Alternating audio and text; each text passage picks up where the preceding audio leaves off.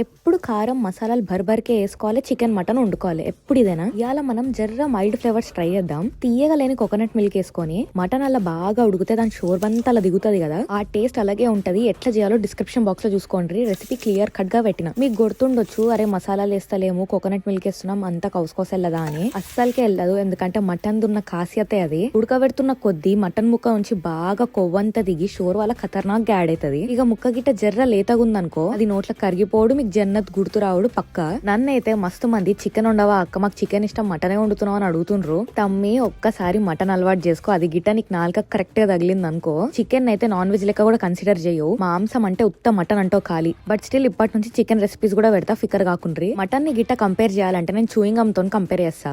అదేంది అని అనుకుంటుండ్రే, వినుండ్రి. ఒక చికెన్ ముక్కను తీసుకొని 10 నిమిషాలు నమ్లు, అబ్బే అల్ల ఏం తెలియదు నీకు. అదే మటన్ ముక్క తీసుకో, ఫ్లేవర్ దిగుతూనే ఉంటది. సమాజ్ అయినట్టుంది కదా డిఫరెన్స్. సరే మరి ఉంటాం అలా.